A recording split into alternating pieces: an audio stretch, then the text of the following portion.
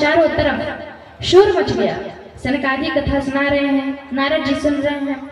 अब तो बड़े बड़े महाराज, ऋषि मुनि, देव दानव, मानव, पर्वत, पेड़, दिशाएं, वन, वेद, पुराण इत्यादि सभी के सभी मूर्तिमान होकर कथा सुनने के लिए चले आए। और इसमें कथा सुनने में इनको बड़ी अचंभा हुई। क्यों? बोले जब नारद जी को श्राप मिला है कि वो 5 मिनट से ज्यादा कहीं रुक नहीं सकते, वो नारद जी कैसे कथा बैठ करके सुन सकते हैं? इस अचंभा के कारण वो लोग भी कथा सुनने के लिए आए। यत्र भागवती वार्ता तत्र भक्त्यादिकं व्रजेत कथा शब्दं समाकर्ण्य तत्रिकं तरुणायते। जहाँ भागवत की कथा होती है वहाँ भक्ति आई अपने आप ज्ञान वैराग्य पुत्र को लेकर आ जाती है। नारद जी ने कहा भक्ति अभी अनभियुक्ति हो गई है। नारद जी सनकादिकों से बोले महाराज आप मुझे जिससे ज्ञान वैराग्य की मुक्ति हो। सनकादि बोले आप चिंता ना करें, भक्ति स्वयं ही आएंगी, जहां भी रहेंगे वहां भक्ति आदि स्वयं ही मिल जाएंगे। सनकादिकों ने कहा कथा शब्दम क्षमा करने तत्रिकम तरुणायते। कथा सुनकर के ज्ञान भक्ति दृढ़ होंगे। भगवान के परम भक्त सनकादि कथा सुनाने जा रहे हैं। नारद जी इस कथा के आयोजक हैं। हे मुनियों, कथा सुनने के लिए दिन का कोई महत्व नहीं होता है।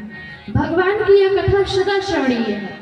भगवान का नाम सोते उठते खाते भी बैठते पीते नाचते गाते कभी भी भगवान का नाम लेते रहो तो मोक्ष जाएंगे।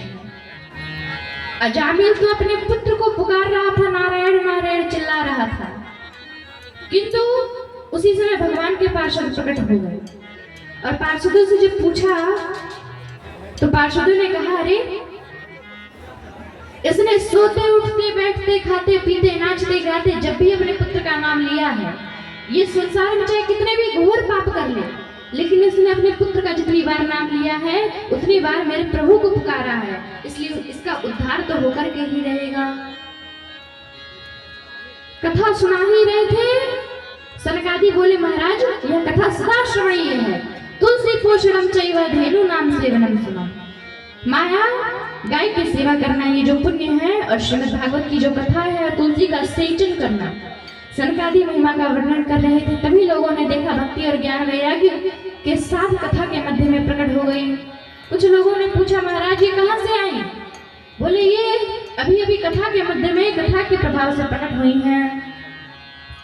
भक्ति सुतौ तौ तरुणौ गृहीत्वा प्रेमैकरूपा सहसा विरासे।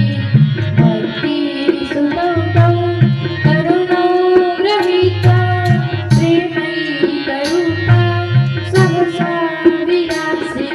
श्री कृष्ण गोविंद हरे मुरारे नाथेति नामानि मुहुर्वदन्ति। श्री कृष्ण गोविंद हरे मुरारे नाथेति नामानि मुहुर्वदन्ति। किसी ने भी भक्ति महारानी को आते हुए नहीं देखा, और भक्ति आते ही भगवान का नाम संकीर्तन करने लगी।